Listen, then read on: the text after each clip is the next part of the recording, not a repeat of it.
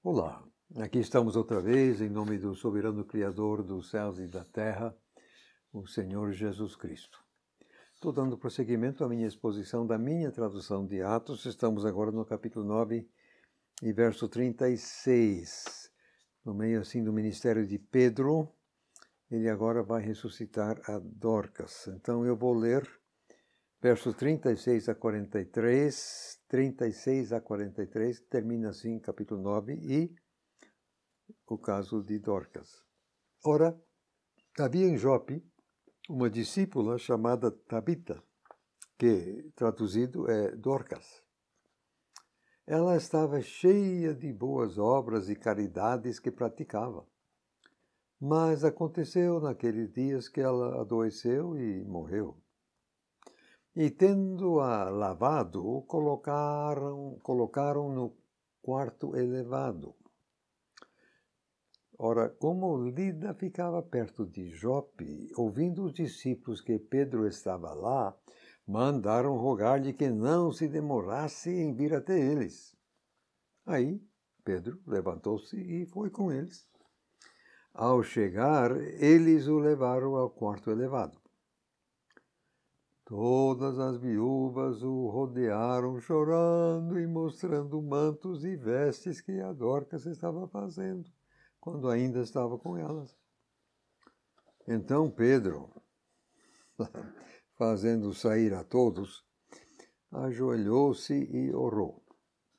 E voltando-se para o corpo, disse: Tabita, levanta-te. Aí ela abriu os olhos e, vendo Pedro, sentou-se. Então, dando-lhe a mão, ele a levantou e, chamando os santos e as viúvas, apresentou ela viva. O caso tornou-se conhecido por toda a Jope e muitos creram no Senhor. Então, ele ficou em Jope muitos dias com um certo Simão, curtidor de couro. Eu não verifiquei exatamente a distância entre Lida e Jope. Não sei se passaria de uns 10 ou 15 quilômetros. Em todo caso, aparentemente, a distância não era tão grande assim que deu para fazer o que fizeram. Aí, primeiro, vamos voltar aqui ao verso 37. Diz que colocaram o corpo da Tabita no quarto elevado. Foi quarto na própria casa dela. A casa dela, então, tinha 2 andares, o que significa que a situação financeira dela era confortável.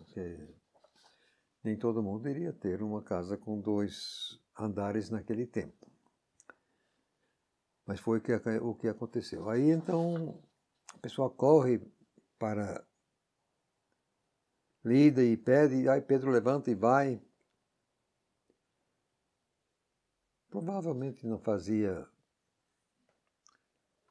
nenhum dia, menos que um dia que, de fato, a mulher tinha morrido. Agora, coitado do Pedro. Quando ele chega, ele fica rodeado das viúvas, assim, choramingando, mostrando assim.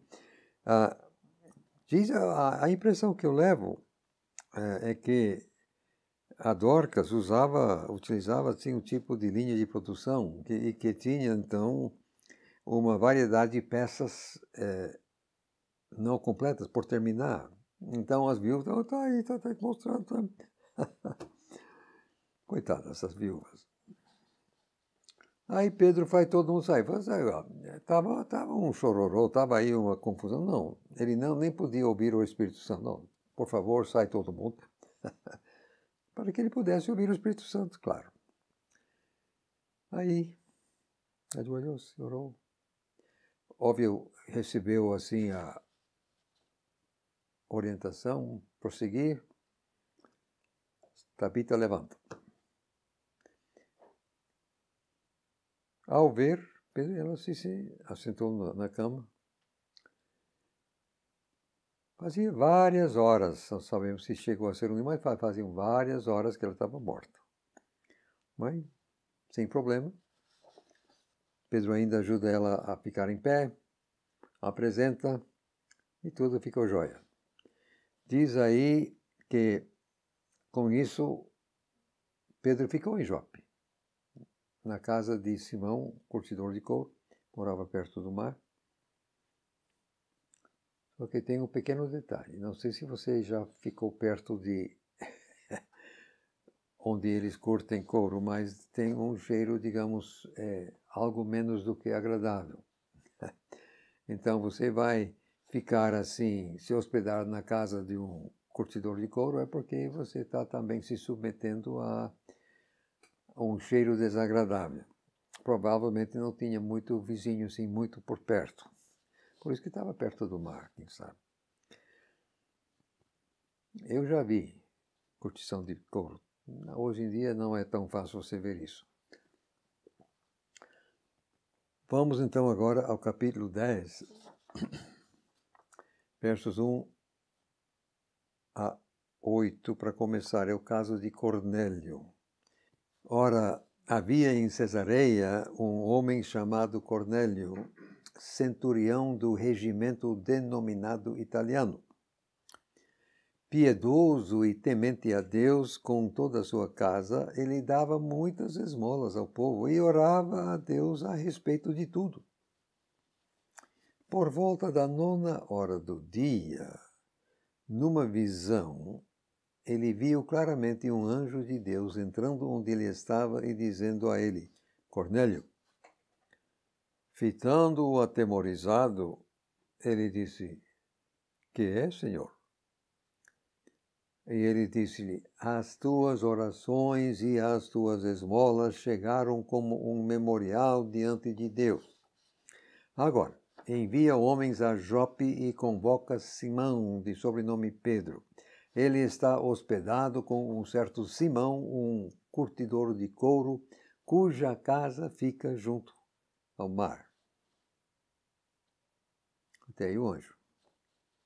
Aí, ao partir o anjo que lhe falava, Cornélio chamou 2 dos seus servos domésticos e um soldado piedoso dos que eram de sua confiança, e explicando-lhes tudo, os enviou a Jope. O que está aqui no verso 2 é um desafio, para mim pelo menos, não sei para os outros. Ele orava a Deus a respeito de tudo. Que coisa, gente! E nós, será que nós fazemos isso? Nós oramos a Deus a respeito de tudo?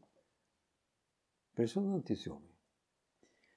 9ª do dia, no tempo judeu, isso foi 15 horas, que é 3 da tarde. É uma das horas destinadas à oração no judaísmo. Era 9 horas da manhã e 3 horas da tarde, as 2 horas de oração no judaísmo. Aqui não é grande coisa, mas terminando o verso 7, se você está aí com a Fiel ou alguma outra versão baseada no texto recebido, acrescenta-se, ele te dirá o que deves fazer. Não faz diferença. No caso, aqui o texto recebido se baseia em pouquíssimos manuscritos gregos, que são de fato também muito tardios, muito recentes. Então, também tem uma parte da tradição latina que traz esse dizer. Não faz diferença. Aí, no momento que o anjo se manda, Cornélio entra em ação. Chama 2 servos, um soldado, explica tudo e manda. Agora, então, vamos ler versos 9 a 16.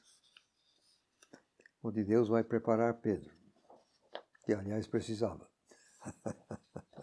Ora, no dia seguinte, enquanto eles viajavam e se aproximavam da cidade, Pedro subiu ao terraço para orar, cerca da hora 6.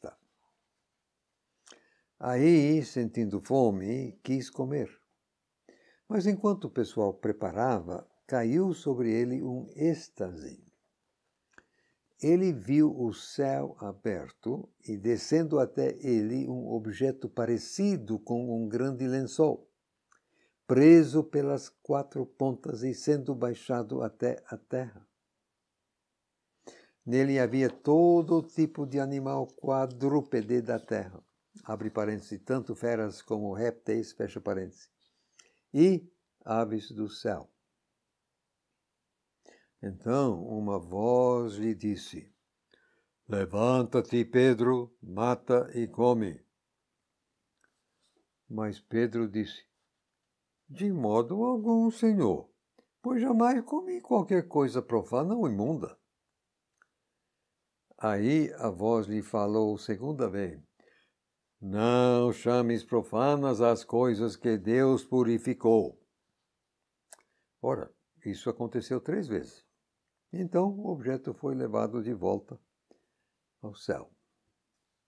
No dia seguinte, a hora certa seria meio-dia, por isso que o homem estava começando a sentir fome. Eu estou querendo lembrar, acho que são 60 quilômetros, mais ou menos entre os 2 lugares, Jope e Cesareia.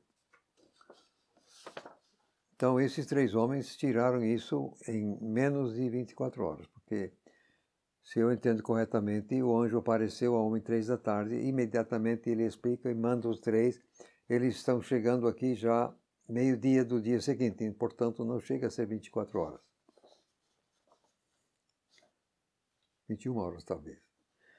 Então, esses 3 homens, como que, não sei se ficaram andando a noite toda, mas eles realmente se esforçaram, tiraram esse percurso respeitável em pouco tempo. Tá, mas o problema é que Deus tem que preparar Pedro. Pedro é um judeu e o judeu não tem negócio com o gentio e etc, etc. Era quase outra arca de Noé. Tinha tudo quanto era tipo de quadrúpede da terra, só que não tinha animal limpo, comíveis pela lei de Moisés. Era só bicho silvestre que não podia comer. E aves do céu também entendo que seriam mais as aves carnívoras, que são obviamente imundas. Porque as aves de caça, as aves comíveis e os passarinhos canoros, geralmente ficam perto do chão, né? Geralmente não estão ficando lá em cima, como o urubu está lá em cima. Em todo caso, o que o lençol tinha era tudo que não servia para comer dentro da lei de Moisés. É por isso que se deu aqui a conversa que se deu. Quer dizer, Pedro não faz, não faz por, vou dizer, eu não. Coisa profana era uma coisa cerimonialmente impura, que era proibido comer essas coisas. E aí nunca pensei, não, vou fazer agora, não. Aí Deus outra vez, não chames profanas coisas que Deus purificou. E aquilo repetiu 3 vezes. Para então a coisa voltou para o céu. Pronto, vamos prosseguindo. Verso 17 a 23. Primeira metade do verso 23. Então, enquanto Pedro seguia perplexo dentro de si, quanto ao significado da visão que tinha visto, não é que os homens enviados por Cornélio, tendo identificado a casa de Simão, pararam ao portão. E, vociferando, perguntaram se Simão, de sobrenome Pedro, estava hospedado ali. Aí, estando Pedro ponderando sobre a visão, o Espírito disse a ele: Atenção, os homens estão te procurando, portanto, levanta-te e desce, e vai com eles nada duvidando, porque eu os enviei. Aí, descendo até os homens, Pedro disse: Sim, eu sou quem vocês estão procurando. Por qual motivo vieram? Então eles disseram: Cornélio, um centurião, um homem justo e temente a Deus, que tem bom testemunho de todo o povo judeu, foi divinamente instruído por um anjo a te chamar à sua casa e ouvir as tuas palavras. Então, ele os convidou a entrar e os hospedou. É óbvio que o anjo, dando mensagens divinas, só poderia ser um anjo santo. a melhor linha de transmissão não tem anjo santo, só tem anjo não santo, mas a grande maioria dos manuscritos sim traz. Então, por isso que as suas versões vai ter anjo santo. Não faz muita diferença também, não. Agora, vem cá. Esses homens tinham andado a noite toda, talvez, ou boa parte, estavam cansados, obviamente cansados. Já são um pouco mais de meio-dia. Pedro não vai sair correndo. Então, ele convida o pessoal para entrar, hospedou. Temos que analisar a questão, vamos agir com calma e decência. Então, Pedro não saiu correndo imediatamente. Como ele fez assim quando foi chamado para levantar Dorcas, aí ele saiu correndo, mas aqui não. Vamos com calma. Então, esses 3 homens tiveram que pernoitar lá naquela casa para poderem todo mundo sair na manhã seguinte. Agora vamos ler Pedro e Cornélio, pelo menos para começar, terminando o verso 23 e vou até o verso 29. No dia seguinte, Pedro partiu com eles e alguns dos irmãos de Jope o acompanharam. Um dia depois, eles entraram em Cesareia. Ora, Cornélio estava os aguardando, tendo convocado os seus parentes e amigos íntimos. Então, quando Pedro acabava de chegar, Cornélio foi ao seu encontro, caiu aos seus pés e o adorou. Mas Pedro levantou, dizendo: Levanta-te, eu também sou mesmo homem. E conversando com ele, Pedro entrou e encontrou muitas pessoas reunidas. Então ele falou-lhes: Vocês sabem que não é apropriado a um homem judeu associar-se a alguém de outra raça, ou mesmo visitá-lo. Mas Deus me mostrou a mim que a ninguém devo chamar profano ou imundo. Por isso mesmo eu vim sem objeção, assim que fui chamado. Pergunto então, por que me mandaram chamar? Vamos ver se nós entendemos o que aconteceu. O Cornélio está aguardando. Pode saber que sim, mas vamos pensar um pouquinho. Isso aqui foi um caso divisor de águas, quer dizer, o evangelho sendo pregado para os gentios por ordem do próprio Deus. Vamos sentir aqui o pulso da coisa. Cornélio é gentil, mas ele quer muito conhecer Deus. Mas ele sabe que Jeová tem uma consideração especial para com os judeus, não gosta tanto de gentil. Porém, ele está convencido de que Jeová é o Deus verdadeiro e está fazendo de tudo para ser agradável a ele. E um belo dia, Deus dá a ele uma dispensação de graça especial. Ele manda um anjo. Pense numa pessoa hesitada. Oba, oba. Aí ele manda mensageiros correr até Jope, uns 60 quilômetros. Aqui está. E eles o fazem em menos de 24 horas. Agora, o que Cornélio vai fazer enquanto espera? Ele ora e jejua. Claro, ele já era homem de oração, verso 2. Como então pode ele corresponder a esse favor especial da parte de Deus? Ele jejua. Já que conseguiu a atenção de Deus, maravilha de maravilhas, ele quer ficar atento para não perder nada. Após calcular o tempo mínimo para a ida e volta, ele fica na porta olhando para a estrada. Ou então, quem sabe melhor, sendo ele comandante militar, ele deve ter destacado os sentinelas para informá-lo assim que o grupo aparecesse. Agora, aí Pedro chega. Ele começa com a lenga-lenga de que judeu não deve contaminar com gentio, mas Deus mandou ele vir. Então, o que Cornélio quer? Agora é a vez de Cornélio. Ele está vendo um judeu que demonstra pouco entusiasmo pelo ofício, mas é o mensageiro de Jeová. E o centurião entende de patente e autoridade. Então ele apresenta 2 justificativos: a sua própria sinceridade e seriedade e a vontade revelada de Deus. Pronto. Agora,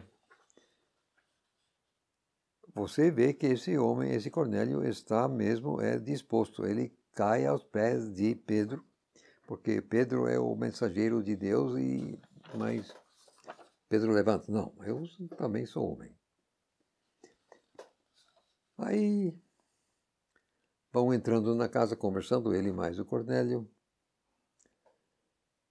Aí ele tem aquela coisa, né, judeu, blá, blá, blá. Por que me mandar? Agora vamos ouvir Cornélio. Cornélio, verso 30 a 33. Aí Cornélio disse: venho jejuando durante 4 dias. 4 dias. Até esta mesma hora. Sim, era a 9ª hora.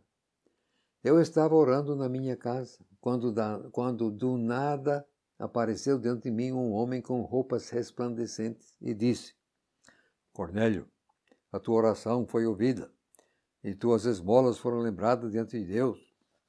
Portanto, envia a Jope e convoca Simão, de sobrenome Pedro. Ele está hospedado na casa de Simão, um curtidor de couro junto ao mar, o qual, quando chegar, falará contigo.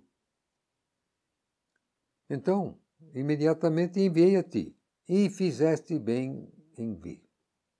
Agora, pois, estamos nós todos presentes diante de Deus para ouvir todas as coisas que te foram ordenadas por Deus.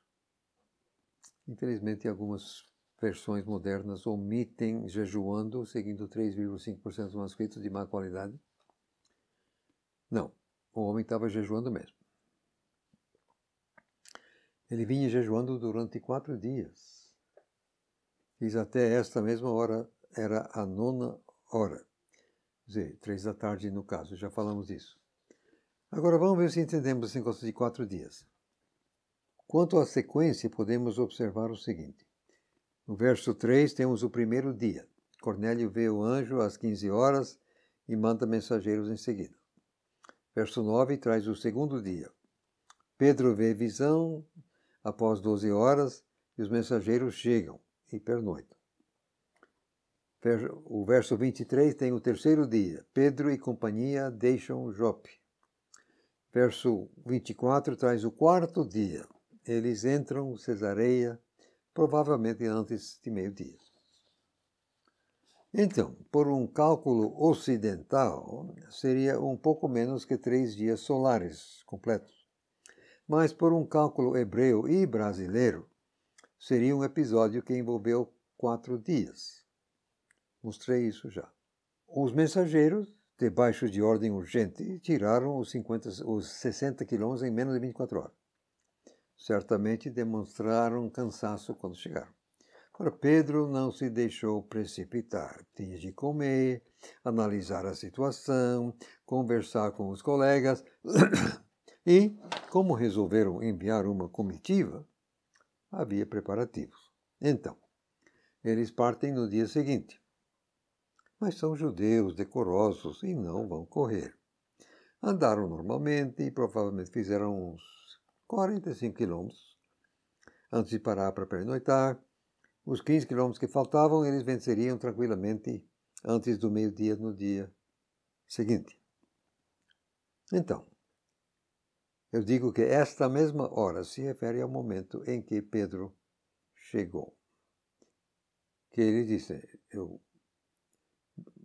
verso 30, Cornélio, venho jejuando durante 4 dias até esta mesma hora. Claro, ele vinha jejuando até essa hora, agora ele vai parar de jejuar, né? Agora, vejam bem. A maneira que Cornélio termina. Verso 33, segunda metade. Agora, pois, estamos nós todos presentes diante de Deus para ouvir todas as coisas que te foram ordenadas por Deus. Cornélio não esconde o jogo, não. Ele quer ouvir Deus.